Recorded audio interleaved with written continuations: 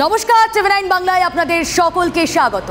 আমি রুমেলা রয়েছি আপনাদের সঙ্গে। শুরু করছি অ্যান্ড5 এডিটর্স। আপনারা জানেন এই অ্যান্ড5 এডিটর্সে প্রত্যেক দিন আমাদের সঙ্গে এমন একজন মানুষ থাকেন যাকে চোখা প্রশ্নবাণে বিদ্ধ করেন আমাদের এডিটররা। কিন্তু আজ আমাদের সঙ্গে এমন একজন রয়েছেন যিনি উত্তর কলকাতার ভূমিপুত্র। আজ উত্তর কলকাতা অনেকগুলো প্রশ্নের মুখে দাঁড়িয়ে, যার উত্তর খুঁজছে উত্তর কলকাতা। আসলে যেই সময় দাঁড়িয়ে আমরা রাজনৈতিক সংযম নিয়ে কথা বলি, পরিশীলিত মার্জিত রাজনীতিবিদ যেই স্বচ্ছ ইমেজটা আমরা আমাদের সামনে দেখার চেষ্টা করি, সেটা কোথাও গিয়ে প্রশ্নের মুখে। কিন্তু আজ যিনি আমাদের স্টুডিওয় রয়েছেন, তার ভাষার সংযম, হ্যাঁ তিনি রাজনৈতিকভাবে আক্রমণ করেছেন প্রতিপক্ষকে, কিন্তু কোনোদিনও সেই সংযম হারাতে আমরা তাকে দেখিনি। দীর্ঘদিনের রাজনৈতিক ক্যারিয়ার, হ্যাঁ হাফ সেঞ্চুরি তিনি পার করেছেন। আমি আর সময় নষ্ট না করে ডেকে নেব, আমাদের সঙ্গে রয়েছেন এই মুহূর্তে তাপস রায়।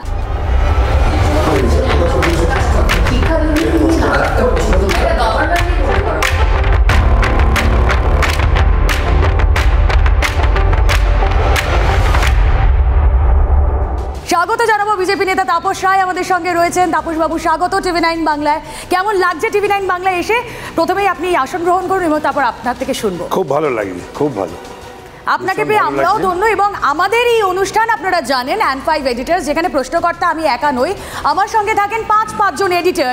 এবার এক এক করে 5 জন এডিটরকে ডেকে নেব। প্রথম এডিটর পিউ রায় ডেকে নেব। অ্যান্ড5 এডিটর্স এর প্রথম এডিটর পিউ রায়। গার্গী গুহ ঠাকুরতা, রাজা চট্টোপাধ্যায়, তন্ময় প্রামাণিক, সৈকত বসু।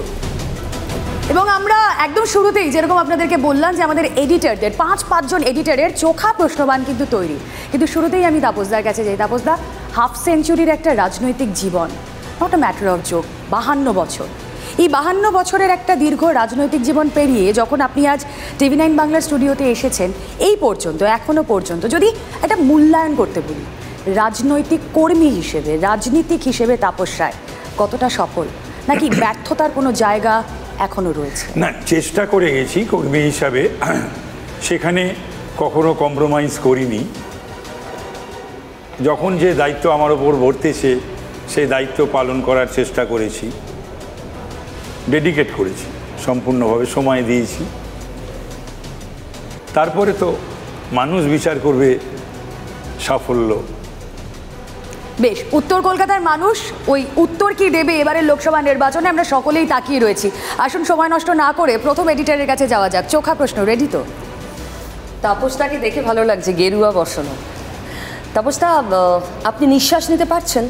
এই জন্য জিজ্ঞাসা করছি, আদ্যোপান্ত কংগ্রেসি কালচারে আপনি থেকেছেন, এই যে 50 বছরের কথা উঠলো, এমন একটা দলে আপনি এখন গেছেন যেখানে আপনি ডান দিকে যাবেন না বাঁ দিকে যাবেন প্রচারে, সেটাও ডিকটেট করা হয়। কোনো অসুবিধা হচ্ছে না, নিঃশ্বাস ভালোভাবে নিতে পারছি। মাঝে বেশ কিছু দিন, প্রায় বছরখানেক বা তার বেশি, সাফোকেটেড ফিল করছিলাম। ভোটের আগে এই চাহিদাগুলো বাড়ে কেন? এটা ভোটের ঠিক আগে নয়, তোমাদের কাছে হয়তো মনে হচ্ছে এটা ভোটের আগে। আমি সিদ্ধান্ত নিয়েছিলাম 18ই জুন যে দল করব না, রাজনীতিও করব না। এবং এই মর্মে আমি বহুবার বলেওছি, প্রকাশ্য মিটিংয়ে বলেছি, সাধারণ আলাপচারিতায় বলেছি, দলকেও বহুবার আমি বার্তা দিইনি তা না, দিয়েছি যে আমার পক্ষে আর দল করা এবং রাজনীতি, আমি রাজনীতি ছাড়ার কথাও ঘোষণা করেছিলাম এবং দলকে বলেছিলাম যে 26-এর পর আর দাঁড়াবো না, 26-এ দাঁড়াবো না। তো সুতরাং এটা এভাবে প্রশ্ন করা যেতে পারে পিউ, বলতেও পারো আমি তো কখনো যে আমাকে এইভাবে গ্রহণ করবে বিজেপি, ভারতীয় জনতা পার্টি তাদের পরিবারের সদস্য হিসাবে, বা উত্তর কলকাতা আমাকে দাঁড়াতে বলবে, আমি কখনো ভেবেছি? কখনো ভাবিনি। আমি তো সিদ্ধান্ত নিয়েছিলাম যে তৃণমূল আর করবো না, রাজনীতি থেকে বিদায় নেব। এতটাই ঘরে বাইরে অসম্মানের সম্মুখীন হচ্ছিলাম, আর একটার পর একটা ইনসিডেন্ট, একটার পর একটা ঘটনা, স্ক্যাম আফটার স্ক্যাম, দুর্নীতির পর দুর্নীতি। এবং এগুলো যে আমি প্রতিবাদ করিনি তা না, আমি ভুলে গেছি। সেদিনকে দেখলাম একটা চ্যানেলে ডক্টর উপেন বিশ্বাস বলছিলেন যে 2রা জানুয়ারি 2015-তে আমি প্রতিবাদ করেছিলাম, ইমিডিয়েট আফটার সারদা। আমি সকলকে সাবধান করতাম বা জিজ্ঞাসা করতাম, হ্যাঁ তোর কোনো কী বলে বিপদ নেই তো, আপদ নেই তো, এগুলো সব ঠিকঠাক আছে? অকস্মাৎ আমার বাড়িতে 12ই জানুয়ারি ইডি, যার বাড়িতে কোনোদিন ডিডি আসেনি, 34 বছরের সিপিএমের সময় বামফ্রন্টের আমলে লোকাল থানা কোনোদিন পা রাখিনি, এমন কোনো কাজও করিনি তো পুলিশ আসার, তার বাড়িতে ইডি, পিএমএলএ। এবং এটা ঠিক তার কদিন আগে পরপর কতগুলো ঘটনা ঘটেছিল, আমি সেগুলোও বলেছিলাম দলের অনেকের কাছে। পার্লামেন্টে একটা ঘটনা ঘটেছিল, ললিত ঝা, প্রতিপক্ষ তো বলবেই, ঠিকই করেছে তারা, বলবে না?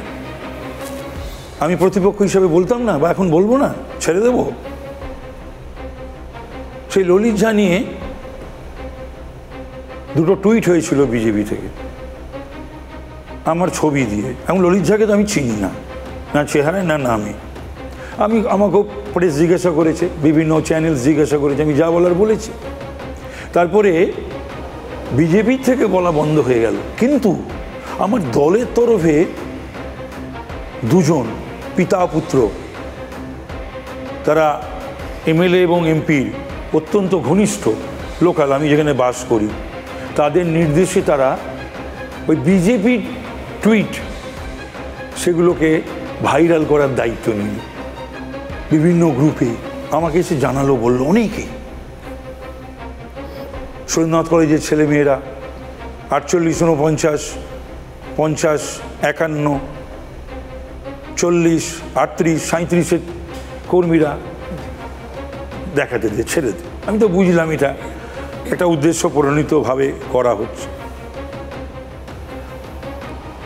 1 জানুয়ারির পরের দিন 2 তারিখে রাত্রিবেলা আমাকে একজন অনেক রাত্রে আমার কাছে এলো, তারপরে 4 তারিখ এলো, তারপরে 7ই জানুয়ারি এলো, একজন না 3 দিন 3 জন, বলো তুমি একটু সাবধানে থেকো।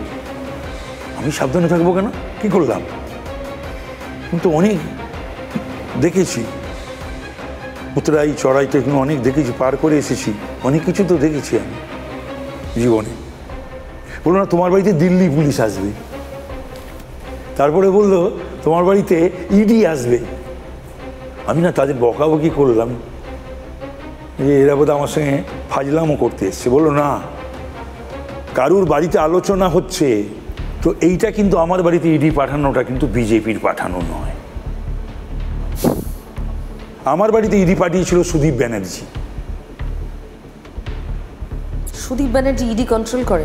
কন্ট্রোল করে না, ওই সিবিআইডি কেস ফেস খেয়ে ওর একটু ওখানে ঘনিষ্ঠতা হয়ে গেছে। ডিডি, সিআইডি এগুলোতে তো অনেকে খোঁচর বৃত্তি করে, তো কারণ নামটাকে একটু ঢুকিয়ে দেওয়া, এ করা সে করা।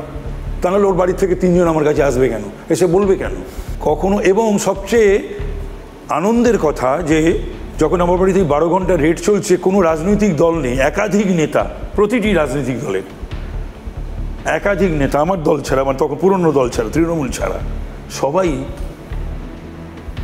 বলেছে যে এটা ঠিক হয়নি, মানে আমার প্রশংসা করেছে। এবং আমি আমার বাড়িতে যে কোনো রেইড হওয়া উচিত নয় সেটা বলেছে, বিজেপি বলেছে, সিপিএম বলেছে, কংগ্রেস বলেছে, আইএসএফ বলেছে।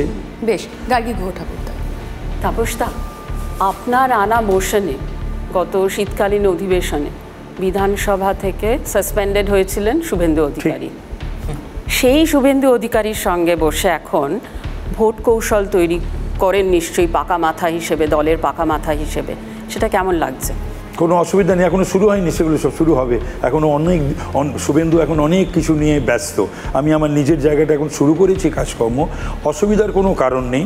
তখনও আমি যেটা করতাম 100%, আজকেও করবো আমি 100%। রাজা চট্টোপাধ্যায়। তাপসদা, ব্যাটিং কখন ছাড়তে হয় আমাদের দেশে সুনীল মনোহর গাভাস্কর তার একটা ক্লাসিক এক্সাম্পল। তো তুমি আমার মানুষটার কথা বলছো। এটা সাধারণ মানুষ বলেন যে সি গাভাস্কর একদম কোনো ঘাট ধাক্কা খাওয়ার ব্যাপার নেই, তুঙ্গে 10,000 করলেন, বেরিয়ে চলে গেলেন সসম্মানে। আপনি 67 বছর এখন আপনার বয়স, নবীন প্রবীণ বিতর্কে আপনি প্রকাশ্যে বলেছেন যে অভিষেক বন্দ্যোপাধ্যায়ের স্ট্যান্ডটা আমার স্ট্যান্ড, যে হ্যাঁ একটা সময় ঘাট ধাক্কা না খেয়ে ভাই মানে কেটে পড়ো, সসম্মানে একটা সময় ছেড়ে দিতে হয়। বড়নগরের কর্মী সভায় আপনি সেই ইঙ্গিতও দিয়েছিলেন। 68-তে আপনি একটা নতুন দলে you are starting are new inning, তাহলে তো আপনিও কোনো এক নবীনের জায়গা আটকে রাখছেন। না, আমি বলি এগুলো নিয়ে প্রকাশ্যে আমার বিবৃতি ছিল, এবং আমিও ওই নবপ্রজন্মের কথা বলে চেয়ার আঁকড়ে থাকার লোক নই। নেই পিড়ি, নবপ্রজন্ম, নিউ জেনারেশন এই সমস্ত ভাষণ দেয়, অথচ নিজের চেয়ার ছাড়ে না। তো সুতরাং, এবং তাদের অনেকেই ওই আমার পুরনো দলে আমার থেকে 10 বছর 12 বছর করে সব বড় বয়স্ক মানুষ সব। আমি কিন্তু এখনও বলছি যে আমি আজও নবীনদের পক্ষে। সেই নবীনদের জায়গায় সায়নী, সায়ন্তিকা এদেরকেও আপনি দেখতে পারবেন, দেখতে চান? দলটা তো এখন সায়নী সায়ন্তিকাদের হাতে চলে গেছে। সায়নী সায়ন্তিকা রাজনৈতিক নবীনদের কথা আমি বলছি। ওরা রাজনীতি করলো কবে? তৃণমূল স্তর, তৃণমূল বলে তাহলে কর্মী তাহলে তৈরি করতে পারেনি এত বছরের একটা দল, 98 অনওয়ার্ডস, 13 বছরের ক্ষমতায়। তাদের এখন নায়ক নায়িকা, গায়ক গায়িকা, খেলোয়াড় এবং বহিরাগতটা বলে টলেও সমস্ত তিনটে বহিরাগতকে নিয়ে আসতে হয়েছে, অথচ বহিরাগত এখনও বলে যাচ্ছে। অদ্ভুত সমস্ত, না বলার সময়ও একবার ভাবে না। যেটা আমি করছি সেটারই প্রতিবাদ করছি। তাপসদা, যেটা জিজ্ঞাসা করবো, বারে বারে আপনি নীতি, নৈতিকতা, সততা এগুলো নিয়ে সরব হন দলের অভ্যন্তরে, এবং এখন তো আরও বেশি সরব হয়েছেন। এর আগে আপনি একদম নীতি নৈতিকতার প্রশ্নে, রাজনৈতিক আদর্শের প্রশ্নে বিজেপির বিরোধিতা করেছেন। সেই জায়গায় দাঁড়িয়ে আপনি যখন দল পরিবর্তন করবেন মনে করলেন, নীতি, নৈতিকতা, আদর্শ, সততা সব কিছু নিয়ে যে দলের খোঁচর আপনার পেছনে লাগছে, বিজেপি বাদ দিয়ে তো আরও দল ছিল, আপনার পুরনো দল কংগ্রেস ছিল, বাংলার বর্তমান পরিস্থিতিতে কেন আপনি গেলেন? এখানে কি লাভ এবং লোভ বিজেপিতে গেলেন? না, বাংলায় বর্তমান পরিস্থিতিতে, ভারতবর্ষের বর্তমান পরিস্থিতিতে কোন দল করব বলো? কোন দল করব? নীতি, নৈতিকতা, আদর্শের প্রশ্ন হচ্ছে যে আমি একটা অ্যান্টি সিপিএম প্রোডাক্ট। আমি তো প্রোডাক্ট একটা অ্যান্টি সিপিএম মুভমেন্টের, ছাত্র যুব আন্দোলনের। এক, কংগ্রেস ছেড়ে এসেছি। 2, তাহলে পরে আজকে গিভেন সিচুয়েশনে, যে প্রিভেলিং সিচুয়েশন অফ বেঙ্গল, সেই অ্যাসপেক্টে নীতি, এটা একেবারে আমি বলছি নীতি নৈতিকতা আবার কি? আমি মানুষের কাজ করব, সমাজের কাজ করব, ওটাই আমার নীতি, ওটাই আমার নৈতিকতা। বিজেপি কি ধোয়া তুলসী পাতা মনে করছেন? আমি এখনো মনে করছি যে বাংলার প্রেক্ষিতে বিজেপি একমাত্র রাজনৈতিক দল, তাই আমি বিজেপিকে বেছে নিয়েছি। ওদের অফারকে আমি স্বাগত জানিয়েছি এবং ওরাও আমাকে স্বাগত জানিয়েছে। তোমার খুব অ্যাডিশন করতে ইচ্ছা করছে, তুমিও বলতে পারো, তৃণমূল টিকিটটা দিলে ছাড়তেন? আমার তো অফার ছিল এবং আমাকে এসে তো সেই অফার করেও ছিল যে এমপি নমিনেশন আমার ঘাড়ি হয়তো চাপতো, আমি জানি না কোনটা, আমার ঘাড়ি হয়তো কোনো একটা চাপতো। এবং আমি খবরও পেয়েছিলাম বিশেষ একটা কেন্দ্রের 5 জন বিধায়ক লিখে নাকি দিয়েওছে আমার নাম, বা কয়েকটা আসন খালি আছে মন্ত্রী হিসাবে। তো আমি তাদের কৃতজ্ঞতা জানি যারা বলে আমাকে, বলে আমি বলি যে না, আমি ঠিকই করে নিয়েছি, আর তখন আমার সব হয়ে গেছে, আমি ঠিকই করে নিয়েছি আর আমি দলটা করব না। তো সে তাদের আমি আর নমিনেশন এবং মন্ত্রিসভা তো 7.5 বছর পর আমাকে করেছিল, 2.5 বছর। তারপরে তো আবার মন্ত্রিসভা থেকে আমি বাদও পড়েছিলাম। তারপরে আবার নাম ঘুরছিল রাজ্যের সভাপতি। আমি অন্য কারোর কথা বলছি না, অন্য মন্ত্রীদের, এমএলএদের, এমপিদের কথা বলছি না, সাংবাদিকদের কথা বলছি না, যারা আমাকে কনগ্র্যাচুলেশন জানিয়েছিল শপথের 3-4 দিন আগের থেকে। এবং সুব্রত বক্সি, দলের সভাপতি, সেও আগের দিন রাত্রে 11:10 আমাকে কনগ্র্যাচুলেট করেছিল। ওনার অজ্ঞাত কারণে, অজানা কারণে কারুর স্ত্রীকে করতে হবে মন্ত্রী, নালে আমাকে করা যাবে না, এরকম একটা শুনেছিলাম আমি। যাই হোক, আমি হইনি, সে ভালো হয়েছে। অনেকে বলছে নাকি সে না হওয়াটা ভালো হয়েছে।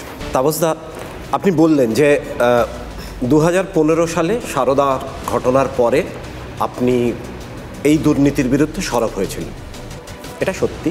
কিন্তু একই সঙ্গে দলের তরফে দলিল, দস্তাবেজ ইত্যাদি নিয়ে আপনি সিবিআই দপ্তরে গিয়েছিলেন দলের হয়ে সওয়াল করতে। তারপরে 8-9 বছর আপনি সেই দলেই থেকে গেলেন। তাদের দুর্নীতির বিরুদ্ধে দলের অভ্যন্তরে কি করেছেন সেটা আমি জানি না, আপনি হয়তো ক্লেম করবেন যে আপনি অভ্যন্তরে অত্যন্ত সরব ছিলেন। আমার রয়েছে, ক্লিপিংস আছে, সব ক্লিপিংস বললে আমি সব কিন্তু পাঠিয়ে দেবো আমি টিভি না। কিন্তু দলের একজন জনপ্রতিনিধি হিসাবে দলের দুর্নীতির বিরুদ্ধে একের পর এক যে দুর্নীতির অভিযোগ উঠেছে, তাতে আপনাকে খুব সরব এরকম দেখা যায়নি। এখন আপনি আবার সরব হবেন। যথেষ্ট সরব ছিলাম। এই দুটোকে মেলাবেন কি করে? যথেষ্ট সরব ছিলাম। চাইলে সেই সমস্ত ক্লিপিংসগুলো কর্মী মিটিংয়ের বা পথসভা, ছোটোখাটো জনসভা, প্রায় প্রতিদিন আমি বলতাম এগুলো ঠিক হচ্ছে, কিন্তু একটা দলকে 29 বছর আমি কংগ্রেস করেছি, এটা ভালোবাসা, দলকে তো একটা ভালোবাসা, তার তো একটা সময় লাগে। এটাকে তো 23 বছর উত্তীর্ণ হয়ে গেছিলো, ততদিন দলটা তো করেছি। আমি এখনও মনে করি যে দল করেছিলাম, দল আমায় বেঁচেছিল, তার জন্য আমি গর্বিত ছিলাম। এবং আমি যে গিয়েছিলাম দলের তরফ থেকে, তখন দলকে ডিফেন্ড করে গর্বিত না এখন ফেলে আসা দলকে আক্রমণ করে? দলকে তো আমি নাগারে বিধানসভাতে এবং বাইরে মুখপাত্র হিসাবে আমি তো ডিফেন্ড করেছি, কিন্তু সেই ডিফেন্ড করার মধ্যেও কিন্তু কখনো কখনো আমি কিছু কিছু ঘটনার কথাতে আমি কিন্তু যেটা বলার আমি কিন্তু বলতাম, সেটাও বলেছি আমি। সেই ডিফেন্ড করার জন্য এখন কি আফসোস করবেন? না না, আফসোসের কোনো জায়গা নেই রাজনীতিতে। আফসোস আবার কি, এই নতুন ইনিংস শুরু করেছি, এটাকে ভালো করে খেলতে হবে। এবং at the fag end of my political life সুন্দর করে রান টান করে গাভাস্করের মতন রিটায়ারমেন্ট নেবো। রাজা যেটা বললো, এডিটরদের চোখা প্রশ্নে গাভাস্করের মতো ছক্কা হাঁকালেন কিনা তাপস রায়, দর্শকরাই ডিসাইড করুন। আপাতত তাপস রায়ের জন্য একটা ইন্টারেস্টিং পর্ব, র্যাপিড ফায়ার। দেখা যাক তিনি এখানেও কিভাবে ছক্কা হাঁকান। আমি প্রথম কোয়েশ্চেন পিসিআরকে বলবো প্লে করতে। আচ্ছা, পছন্দের রাজনীতিবিদ দুজনের ছবি দেওয়া রয়েছে, সৌমেন মিত্র, শুভেন্দু অধিকারী। আমি যখন রাজনীতি শুরু করেছিলাম আমার নেতা ছিল সৌমেন মিত্র, আর আজকে শুভেন্দু। চুজ ওয়ান, কোনো একজনকে পছন্দের রাজনীতিবিদ হিসেবে যদি একজনের নাম বলতে হয়। শুরু যখন করেছিলাম আমার এমএলএ আমার নেতা তো সৌমেনদা ছিলেন, আজকে আমি সেটা অস্বীকার করি কি করে, কেনই বা করবো? বাহ। আর শুভেন্দু আমার অত্যন্ত প্রিয়, স্নেহের ছিল এবং আজও আছে। বেশ, পরবর্তী প্রশ্ন, পছন্দের সেলিব্রিটির রাজনীতিবিদ। ঠিক এখানেই আপনাকে তিনজনকে র্যাঙ্ক করতে হবে, 3, 2, 1। তিনজনের নাম সায়ন্তিকা বন্দ্যোপাধ্যায়, অদিতি মুন্সি, জুন মালিয়া। 3 নম্বরে কে? 1, 2, 3 বলতেই হবে? হ্যাঁ। যদি না বলি? বলাটা আর কি, মানে আমরা এক্সপেক্ট করবো, দর্শকরাও মুখিয়ে রয়েছেন হয়তো যে তাপস রায় উত্তর দেবেন। 1, 2, 3। 3, 2, 1 বলুন। 3 থেকে শুরু করুন আপনার সুবিধার্থে। সায়ন্তিকা, জুন, অদিতি। বেশ, পিসিআরকে বলবো পরবর্তী প্রশ্ন প্লে করতে। মানে 3, 2, 1। 3, 2, 1 একদম, দর্শকরা বুঝে গিয়েছেন। আচ্ছা, পছন্দের প্রধানমন্ত্রী ইন্দিরা গান্ধী, নরেন্দ্র মোদী। ইন্দিরাজিকে দেখেই আমার রাজনীতিতে আসা, সক্রিয় রাজনীতিতে আসা। আর এখন যে আমি বিজেপিতে আকৃষ্ট হয়েছি সেটা মোদিজিকে দেখে। বেশ, পরবর্তী প্রশ্ন খুবই ইন্টারেস্টিং, দেখা যাক কি উত্তর দেন তাপস রায়। পছন্দের মুখ্যমন্ত্রী মমতা বন্দ্যোপাধ্যায়, বুদ্ধদেব ভট্টাচার্য। শুরুটা করেছিলেন মমতা বন্দ্যোপাধ্যায়, খুবই ভালো। তার স্ট্রাগলের জীবন, তার বিরোধী রাজনীতিবিদ হিসাবে নিঃসন্দেহে কংগ্রেস ছেড়ে তো আমাদের তৃণমূলে আমরা যারাই যুক্ত হয়েছিলাম তার পেছনে তো কারণ ছিল, তো সেইটা। কিন্তু বুদ্ধদেব ভট্টাচার্যের সততা, বুদ্ধদেব ভট্টাচার্যের স্পষ্টবাদিতা, এবং আমি পেয়েছিলাম তাকে মুখ্যমন্ত্রী হিসেবে বিধানসভায়, জ্যোতিবাবুকেও পেয়েছিলাম, হ্যাঁ বুদ্ধদাকেও পেয়েছিলাম, সেটাকেও অস্বীকার করি কী করে, অমান্য করি কী করে? সততার নিরিখে আপনি বুদ্ধবাবুকে আগে রাখবেন না মমতা বন্দ্যোপাধ্যায়কে? বুদ্ধদেব ভট্টাচার্য। বেশ, এই পর্বের শেষ প্রশ্ন, পছন্দের প্রতিপক্ষ। আপনাকে এখানেও র্যাঙ্ক করতে হবে 3, 2, 1 করে। সুদীপ বন্দ্যোপাধ্যায়, সৌগত রায়, কল্যাণ বন্দ্যোপাধ্যায়। 1, 2, 3 বলবো? 1, 2, 3। 1 কল্যাণ, 2 সৌগত দা, 3 সুদীপ ব্যানার্জি। একদম এই সিরিয়ালে করলেন, কল্যাণ বন্দ্যোপাধ্যায়, সৌগত রায়, সুদীপ বন্দ্যোপাধ্যায়। মানে আমি কিছু বলতেই চাই, তোমরা তো ফরম্যাট করে আমাকে বাধ্য করাচ্ছ, নাহলে তো আমার তো কোনো কিছু বলারই কথা নাই, তোমরা বললে বল। বেশ, আমাদের এই পর্বে একটা ছোট্ট ব্রেক নিতেই হচ্ছে, কিন্তু পরবর্তী পর্বে আরও চোখা প্রশ্ন তৈরি করে রেখেছেন আমাদের এডিটাররা। তাপস রায় অ্যান্ড 5 এডিটার্স আপনারা দেখছেন। তাপসদার কাছে একটা ছোট্ট করে প্রশ্ন করব, কলকাতা উত্তরে আপনি বারবারই বলছেন দুষ্টের দমন শিষ্টের পালন হবে, কতটা কনফিডেন্ট এই জায়গা থেকে? ভীষণ কনফিডেন্ট, এবং যে সাড়া পাচ্ছি মানুষের মধ্যে, কর্মীদের মধ্যে, তার কারণ আমি উত্তরের ভূমিপুত্র। বেশ, এডিটর পিউ রয়ের চোখা প্রশ্ন। তাপসদা, আপনি এবং কুণাল ঘোষ আপনার তৃণমূল ছাড়ার একটু আগে যদি আমরা দেখি 1-2 মাস আগে থেকে লাগাতার সুদীপ বন্দ্যোপাধ্যায় নিয়ে আপনি বহুবার আকার ইঙ্গিতে অনেক কিছু বলেছেন, কখনো টুকরো প্রকাশ্যে বলেছেন, কিন্তু বেশি প্রকাশ্যে স্পষ্ট করে আপনার তৃণমূল ছাড়ার আগে থেকে এই গতিটা বাড়তে থাকে। কুণাল ঘোষ সঙ্গত করতে থাকেন আপনার সঙ্গে। তিনি না, আমি এরকম বলতে পারবো না সেটা, কিন্তু মন্তব্য আমি করেন। নিজে এখনো শেষ হয়নি, একবারই উত্তর দেবেন। সঙ্গত করতে থাকেন, তারপর এমন এবার সিন 2 হচ্ছে, আপনি তৃণমূল ছেড়ে দিলেন, একই মঞ্চে সুদীপ ব্যানার্জি, কুণাল ঘোষ একে অন্যের কথায় হেসে গড়িয়ে পড়ছেন। আপনার কি মনে হয় আমার দুধ মিশে গেল, আপনি ছালা বা আঁটি হয়ে থেকে গেলেন, দলটা আপনাকেই ছেড়ে দিতে হলো? না না, এটা বোধহয় একেবারে ঠিক নয়। তার কারণ হচ্ছে যে আমি কতগুলো ঘটনার প্রেক্ষিতে আমার বিরোধিতা ছিল। আমাকে এটা বলতে পারো পিউ, সুদীপ ব্যানার্জিকে পছন্দ করে কজন কলকাতা উত্তরে? জনপ্রতিনিধি থেকে শুরু করে দলীয় কর্মী, পুরনো তৃণমূলী, নতুন তৃণমূলী করতে পারে না, তাকে পায় না। তো একটা মানুষকে যদি না পায়, সাধারণ মানুষ, কর্মীরা ফোনে পায় না, মেসেজে পায় না, দেখা পায় না, তোমার দেখা নাই রে, তোমার দেখা নাই, পাবলিক পায় না, তো তাকে পছন্দ করবে কেন? আমাকে দল কেন করেছিল উত্তরের সভাপতি আমি জানি না, আর কেনই বা 7 মাস পর আমাকে সরালো জানি না।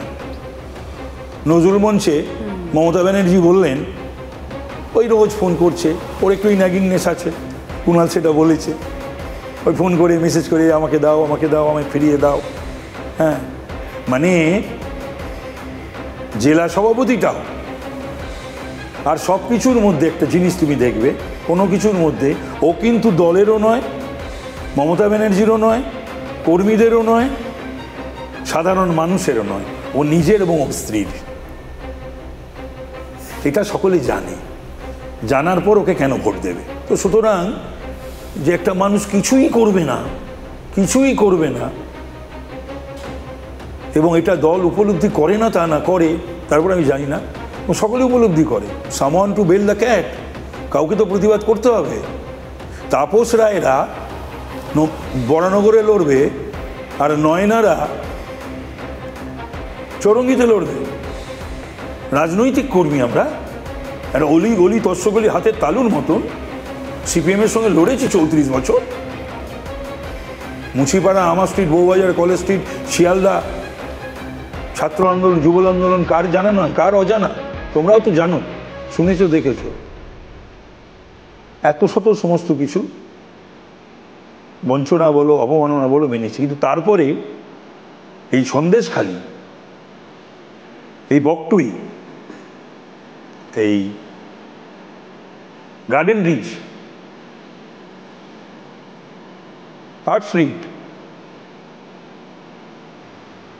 হাঁসখালি, কালিয়াচাক, কালিয়াগঞ্জ, জ্যোতিবাবু তাদের কী দোষ করেছিলেন? জ্যোতিবাবু তো বলেছিলেন অনিতা দেওয়ানের প্রশ্নে, এমন ঘটনা তো কতই ঘটে। তো আমার আজকের মুখ্যমন্ত্রী তো সেই ধরনেরই কথা বলছে, ছোট ঘটনা, সাজানো ঘটনা। বাংলার মুখ্যমন্ত্রী মহিলা, মামলাদের সম্ভ্রমহানি হবে কেন? যারা সম্ভ্রমহানি করছে শেখ শাহজাহানরা, উত্তম সর্দাররা, শিবু হাজরারা, তার পাশে সরকার দাঁড়াচ্ছে। যখন সন্দেশখালীর ঘটনা বিধানসভায় দাঁড়িয়ে মুখ্যমন্ত্রী শেখ শাহজাহানের বলছে যে ইডি ওকে টার্গেট করেছে। ঠিক এই জায়গায় যখন সন্দেশখালীর ঘটনা ঘটছে 5ই জানুয়ারি থেকে, আপনার বাড়িতে ইডি রেড হলো 12ই জানুয়ারি, এই যে মাঝখানে সোচ্চার হয়েছিলেন অনেকেই, বিরোধীরা, সাধারণ মানুষ, আপনি বলেছিলেন সেই সময়? 100 বার বলেছিলাম, সন্দেশখালীতে যাওয়ার জন্য আমি 4 বার অনুরোধ করা হয়েছিল দলের তরফ থেকে। সেই সময় দেখো, দেখুন একটু আর্কাইভ খুলে দেখুন আমি গেছি কিনা। আমাকে তো 4 বার যেতে বলা হয়েছিল। আমি তো উত্তর 24 পরগনা, এখানেও প্রোগ্রাম নেই যে আমি গত 13 বছরে, তার আগে আমি যাইনি, করিনি, আমি যাইনি। তো মায়ের চোখে জল পড়বে, সম্ভ্রমহানি হবে, রাত্রিবেলা ডেকে পাঠানো হবে পিঠে তৈরি করার জন্যে। আর রাজনৈতিক কর্মী হিসাবে, সমাজকর্মী হিসাবে তার পাশে দাঁড়াবো, এটা আমি ভাবতে পারি না। তাপসদা, আপনি এই রাজনীতিবিদদের হয়ে সওয়াল করলেন, তো সায়নী, সায়ন্তিকা, রাজনীতিবিদই নয়, তুমি কি বলছো? সৃজন, দীপশিতা, এই 4টে মুখ ওকালতি করো না, এরা কি রাজনীতিবিদ বলো? এই তুমি নবীন রাজনীতিবিদ, শুভেন্দু, তোমার আমাদের সুকান্ত, নবীন, কত ছোট এরা আমার থেকে। তাহলে তাও আমি বলছি, যেহেতু তারা লড়ছেন রাজনৈতিক ময়দানে। আরে সেটা তো তোমার একটা বলছি, টিকিট দিয়েছে, লড়ছে। অনেকে পাওয়ার করিডোরে থাকতে চায়, ঘোরাফেরা করতে চায়। যখন যে দল পাওয়ার থাকে সেখানে, তখন তুমি সেখানে এই ধরনের তুমি ইয়েদের নায়ক নায়িকা, গায়ক গায়িকা, খেলোয়াড় ফেলোয়াড় তুমি দেখবে একটু ঘোরাঘুরি করে টোরে। কেউ সুযোগ পায়, কেউ পায় না। বেশ, এদের সঙ্গে আপনি তুলনায় সৃজন আর দীপশিতাকে কোথায় রাখবেন, যাদের দলের সেই অর্থে এখন প্রেজেন্স তেমন নেই, জোরও নেই? এটা তো রাজনৈতিক কর্মী। আজকে ওদের দলের অবস্থা যে কোনো কারণেই চেষ্টা করছে, বাচ্চা বাচ্চা ছেলে মেয়েরা, এদেরই করার কথা, এদের ওপর নির্ভরও করছে। এটা তো রাজনৈতিক কর্মী। আমি রাজনৈতিক কর্মী যারা, আজকে এদের জায়গা করে তো তুমি তাদের নাম যাদের করলে তাদের জায়গা করে দেওয়া মানে কি? দুজন রাজনৈতিক কর্মীকে বাদ দেওয়া।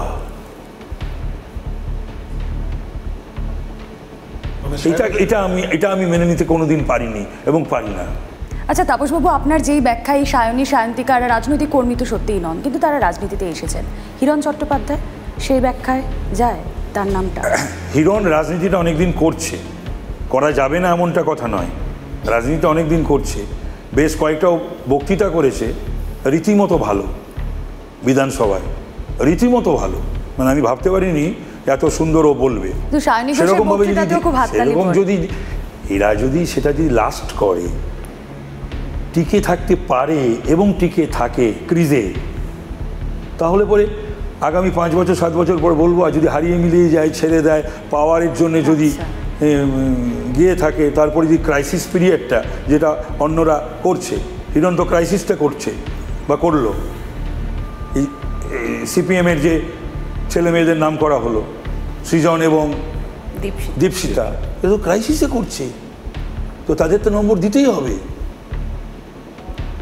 রাজা চট্টোপাধ্যায়। তারপর আমার মনে পড়ছে, তখন নিয়মিত বিধানসভা কভার করি মুখ্য সচেতকের ঘরে একদিন, এবং মূলত ওই ঘরটাতেই আপনাদের বেশি আনাগোনা ছিল, আপনারা বসতেন, প্রশ্ন তৈরি হতো। হঠাৎ চিরকুট নাম জমা পড়ার একটা তোড়জোড়। আমরা যারা বিধানসভা কভার করতাম দেখলাম 5টি করে নাম প্রত্যেক তৃণমূল এমএলএর কাছ থেকে চাওয়া হচ্ছে। কি হয় একটা ব্যাপার, নাম রহস্য। পরবর্তীকালে আর কিন্তু আমরা জানতে পারি না চিরকুটের সেই নামগুলো কি হলো, কে জমা নিয়েছিলেন, এবং যারা নিচ্ছিলেন আপনি কি তাদের অন্যতম, নাকি আপনিও 5টা নাম দিয়েছিলেন? কি হয়েছিল পরে সেই রহস্যটা যদি একটু মানুষকে খুলে বলেন। 4 বার, প্রথমবার এবং তৃতীয়বার তো আমি 3 বছর ছিলাম, তৃতীয়বার 4 বার বিধায়কদের কাছ থেকে নাম নেওয়া হয়েছিল, আমার কাছ থেকে চাওয়া হয়েছিল, নেওয়া হয়েছে, দিয়েছিলাম। 2 বার মুকুলকে, 2 বার পার্থকে। মুকুল মানে মুকুল রায়, পার্থ মানে পার্থ চ্যাটার্জি। সেই নামগুলো কিছু হয়নি। আর কার হয়েছে কি হয়নি আমি জানি না, আমার অন্তত দেওয়ার নামগুলো কিছু হয়নি। তন্ময় প্রামাণ।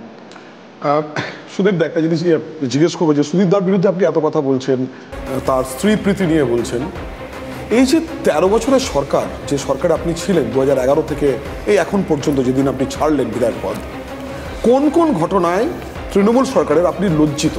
তাপস রায় লজ্জিত, বিধায়ক তাপস রায় লজ্জিত? আমি না। কোন কোন ঘটনা? শুধু আমি নয়, অনেক দুর্নীতির অভিযোগ উঠেছে। শুধু আমি নয়, আজও যারা দলে রয়েছে, দলটা গড়া, যোগদান করা ছাড়া সবটাই কিন্তু অত সহজে হয় না বা করা যায় না। আজও যারা ওই দলে রয়েছে তারা অনেকেই শান্তিতে নেই, যন্ত্রণায়, কষ্টে, অপমানে রয়েছে। এবং যে ঘটনাগুলো ঘটেছে বা ঘটছে, তার দায় হয়তো সকলকে ঘাড়ে পড়ছে বা নিতে হচ্ছে, যখন জেনারেলাইজ করে বা অ্যাটাক করে প্রতিপক্ষ। অনেকেই ব্যথিত। রাজার প্রশ্ন ধরেই বলছি, এই যে চিরকুটে নাম পাঠানো, বুঝতে পেরেছিলেন কেন নাম চাওয়া হচ্ছে? হ্যাঁ, এখানে তো কোথাও একটা কিছু গন্ধ রয়েছে, কি মনে করছেন? না না, নামগুলো যেটা চাওয়া হয়েছিল, বলা হয়েছিল যে দলের যারা, এখনো আমি মনে করি চাকরি নিশ্চিতভাবে গরিব মানুষের জন্যে সব সরকার, সব দল, সব রাজনৈতিক কর্মী, সব জনপ্রতিনিধি, তাদের কাছে মানুষ আসে। আগামী দিনও যদি আমি কোনো গরিব মানুষকে চাকরি দিতে পারি, বা কোনো, আমি তো কম গরিব ছেলেকে বা সাধারণ ছেলে মেয়েকে কম তো ছাত্র পরিষদের সভাপতি 5 বছর 4 মাস তারও আগে ছাত্র পরিষদ ভর্তি করিনি, কিন্তু ইদানিংকালে শোনা যায়, যেটা এসএফআইয়ের কাছ থেকে কোনোদিন শুনিনি, তাহলে একটা আন্দোলন করতাম, একটা মিছিল করতাম, যে পয়সা নিয়ে কলেজে ভর্তি। এটা এই আমলে লজ্জিত কত বলেছি, কিন্তু আজও পর্যন্ত আর কিছু হয়নি। বলেছি মানে কত লেখালেখিও তো হয়েছে, কাগজে, টিভিতেও দেখানো হয়েছে, বলা হয়েছে, আমি কত বলেছি, কত মানুষ বলেছে, লিখিত দিয়েছে। পয়সা নিয়ে কলেজে ভর্তি আর পয়সা নিয়ে চাকরি, এটা না হলেই তো হতো। মিটে গেছে ঝামেলা। গরিবের ছেলে মেয়েদেরকে দিয়েছি, বেশ করেছি দিয়েছি, পার্টির ছেলে মেয়েদের দিয়েছি, বেশ করেছি দিয়েছি, কিন্তু যোগ্য ছাত্র ছাত্রীরা পাস করেও, যোগ্যতা থাকা সত্ত্বেও ঝড় জল বৃষ্টি তুফানে তারা ধর্ণা দেবে, আর লক্ষ লক্ষ টাকা যার থাকবে তাদের, তারা পরীক্ষা দেয়নি, তারা হয়তো ফর্ম ফিল আপ করেনি, তারা চাকরি করে। লজ্জিত আপনি এটাতে? ভীষণ লজ্জিত। শুধু লজ্জিত কেন বলছে, ভীষণ লজ্জিত। দুটো ঘটনার কথা, এই যে বিধানসভায় ভেতরে বাইরে ওই যে শাউটিং স্লোগান এবং 2 অক্ষর, আমি বলবো না সেটা, চিৎকার, ভালো লাগতো শুনতে, ভালো লাগার কথা, কারুর ভালো লাগে। আমি একদিন কনস্টিটুয়েন্সিতে যাচ্ছি, বিটি রোড ধরে, বিশাল একটা বিজেপির মিছিল, প্রচুর পুলিশ গার্ড, হয়তো ওদের ওপর যাতে আক্রমণ না হয় বা এরা কোথাও কিছু না করে। সরকারি গাড়ি, সামনে পেছনে গভর্নমেন্ট অফ ওয়েস্ট বেঙ্গল লেখা, আমার সঙ্গে সিকিউরিটি সরকারি ড্রাইভাররা একটুখানি, আমি বললাম যে পেছনে পেছনে চলো, জায়গা পেলে যাবে, নাহলে যেও না। পুলিশ জায়গা করে দিল, এবং কিছু বিজেপির কার্যকর্তা তারাও গাড়িটা যেতে দিল। যেই মাঝখানে গাড়িটা গেছে, সেই চিৎকার, সেই স্লোগান। কি স্লোগান? এই দুর্নীতিগ্রস্তদের বিরুদ্ধে যে স্লোগানটা দেওয়া হয়, যে শব্দটা আমি 2 অক্ষরের, আমি বলতে পারবো না। 1, 2 হচ্ছে আমি ডিস্ট্রিক্ট প্রেসিডেন্ট হিসাবে আমি বিরাটি যাচ্ছি একটা মিটিং করতে, সোদপুর ধরে সিপিএমের একটা বিশাল মিছিল করলো। আমি একই কথা বলি ড্রাইভারকে, যে এটা রাস্তাটা দেখছি জুড়ে যাচ্ছে মিছিলটা, ওই নিমতা মোড়ে যখন পড়বো, চওড়া হবে, ওখান থেকে তখন তুমি ডান দিক দিয়ে কেটে বেরিয়ে, নিমতা মোড়ে যখন ডান দিক দিয়ে কেটে বেরিয়ে যাচ্ছে, সেই মিছিলের সামনে যখন পড়লাম, সেই চিৎকার স্লোগান, এগুলো ভালো লাগার কথা। বিধানসভায় কিন্তু দেখতাম আপনি পার্থদার ঘরে খুব বেশি বসতেন, আমরা বসতাম, মাঝে মাঝে সিঙ্গাড়া আসতো, তখন আপনি পার্থদার কাছে গিয়ে পরিষদীয় মন্ত্রী চেয়ার নিয়ে বসতেন। ও পরিষদীয় মন্ত্রী ছিল, আমি রাষ্ট্রমন্ত্রী ছিলাম 2.5 বছর। তার আগে আমি পার্লামেন্টারি সেক্রেটারি ছিলাম, তারপর আমি ডেপুটি চিফ হুইপ ছিলাম। আমার কাজটাই তো স্পিকার, পরিষদীয় মন্ত্রী আর চিফ হুইপকে নিয়েছিল। মানে 12 তারিখে ইডি না গেলে তাপস করবো আমি, পিউ বলো, তাপস রায় কি 12 তারিখে ইডি না গেলে দল ছাড়তেন না? আমি 18ই জুন ঠিক করেছিলাম দল করব না, একটা মিটিংয়ের পরে। সেই মিটিংটা হয়েছিল হরিশ চ্যাটার্জিতে, অনারেবল চিফ মিনিস্টারের বাড়ির উল্টো দিকের একটা বাড়িতে। That day I took the decision যে আমি আর রাজনীতি করব না, আমি আর এই দলে থাকবো না। সৈকত বসু। তাপসদা, আপনি ছাত্র নেতা হিসেবে রাজনীতিতে আপনার উত্থান, তাপস রায় বললেই ছাত্র নেতা, এবং আপনি বললেন যে এখন যে ছাত্র রাজনীতি হচ্ছে তাতে আপনি লজ্জিত। আমি আপনাকে একটা ঘটনার কথা মনে করাই, আপনি তখন সেন্ট পলস কলেজের জেনারেল সেক্রেটারি, সেই অবস্থায় স্টেজের ওপরে আপনাকে আপনার প্রিন্সিপাল চড় মেরেছিলেন। ও হ্যাঁ হ্যাঁ। আপনি তারপরে বলেছিলেন আজকের দিনে কোনো তৃণমূলের ছাত্র পরিষদ নেতাকে যদি প্রিন্সিপাল চড় মারা তো দূরের কথা, সামান্য কড়া কথা বলেন তাহলে তিনি বাড়ি ফিরতে পারবেন না। এই যে 13 বছর ধরে, আমি বাম আমলের কথা ছেড়ে দিচ্ছি, আপনি এক্ষুনি বললেন যে বাম আমলেও এত খারাপ অবস্থা হয়নি। 13 বছর ধরে আমি বলছি, বাম আমলে আমি অনেক আন্দোলন করেছি, ছাত্র আন্দোলন করেছি, অনেক অশান্তি হয়েছে, মারামারি হয়েছে, গন্ডগোল হয়েছে, স্ট্যাবড হয়েছি আমি বঙ্গবাসী কলেজের সামনে, স্ট্যাবড হয়েছি আমি, যেবার অতীন ঘোষ মর্নিংয়ের জেনারেল সেক্রেটারি হলো। কিন্তু আমি একথা বলতে পারবো না যে এসএফআইরা আসন বিক্রি করত।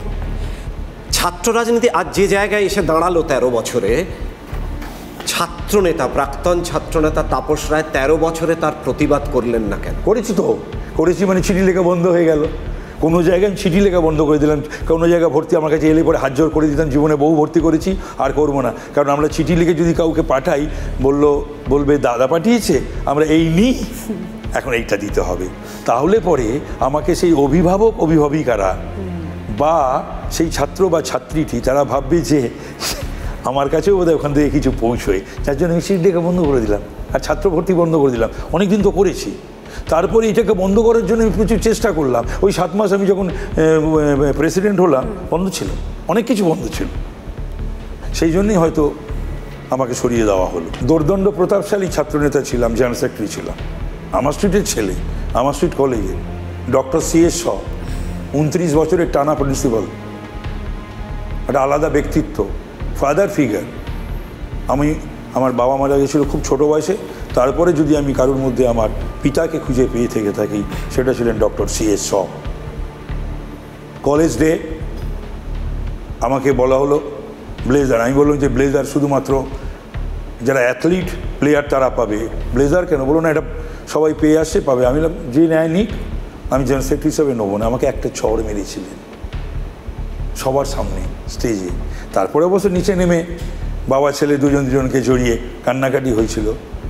আজকের দিনে কোনো প্রিন্সিপাল কোনো জেনারেল সেক্রেটারিকে চড় মারবে, বাড়ি ফিরবে ভায়া হাসপাতাল।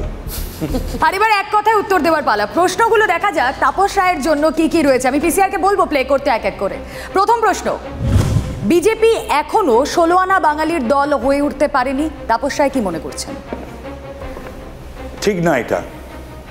তার মানে না আপনার উত্তর। বেশ।